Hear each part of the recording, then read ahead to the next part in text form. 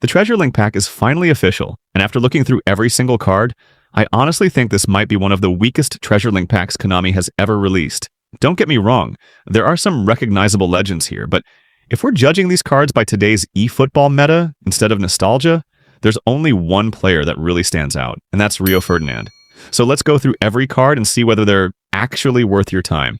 Let's start with the headline player, Rio Ferdinand. I won't lie, Konami actually did a very good job with this card. 96 defensive awareness, 94 defensive engagement, 95 tackling, 96 aggression, 91 physical contact, 90 heading, 87 speed, and aerial fort immediately tell you what this card is built for. At 192 centimeters, Rio already has one of the best defensive builds in the game, and adding aerial fort makes him even more dominant against crosses and long balls. The 87 speed is probably my favorite part, because that's genuinely fast for a build-up center back. His 80 acceleration isn't amazing, but that's pretty normal for elite CBs. Overall, Rio looks like a defender that can comfortably compete with a lot of epic and showtime center backs.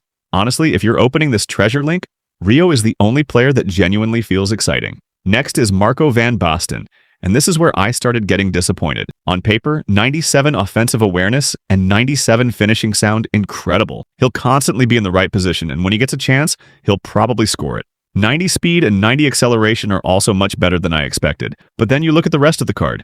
76 dribbling and 83 tight possession are simply too average for today's meta. Against top defenders, he isn't going to feel smooth at all. His 84 kicking power is another surprise because I expected it to be much higher. Overall, this is still a good striker, but compared to the best epic forwards we already have, he honestly doesn't stand out enough. If Rio wasn't in this pack, Van Basten would probably be the best option, but he doesn't feel like a must-have. Then we have Carlos Puyol, and this card is exactly what I expected. 100 tackling, 99 defensive engagement, and 99 aggression are absolutely ridiculous. If Puyol gets close enough to challenge for the ball, he's probably winning it. The problem has always been the same. He's only 178 centimeters tall. In today's crossing meta, height matters a lot for center backs.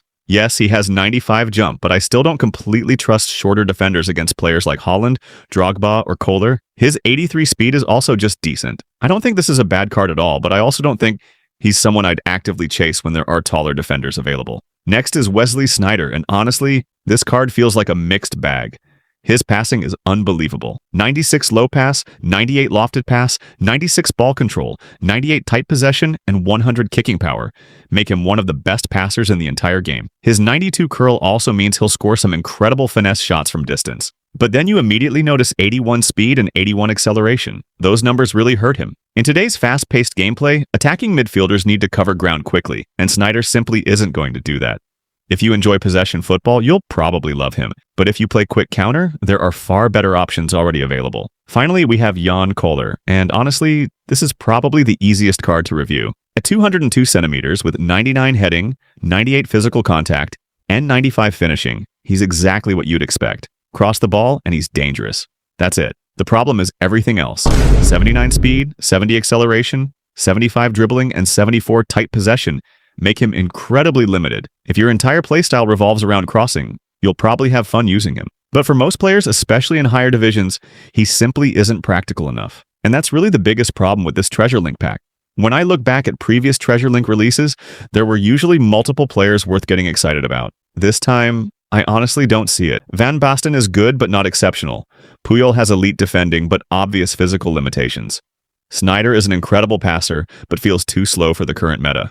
Kohler is extremely niche and only suits one style of play. Rio Ferdinand is the only player that genuinely feels like he can walk straight into a top-tier squad without needing excuses.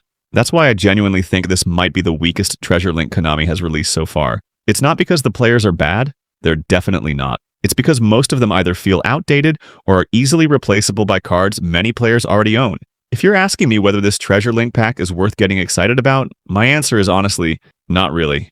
Unless you're specifically aiming for Rio Ferdinand, I don't think there's much here that changes your team dramatically. Rio looks like an outstanding build-up center back with the pace, physicality, and defensive awareness to compete against some of the best defenders in eFootball today. The rest of the pack, they're solid, but none of them truly feel special anymore. So if you only take one thing away from this video, let it be this. Rio Ferdinand is easily the best player in this Treasure Link pack, and in my opinion, the only card that's genuinely worth chasing.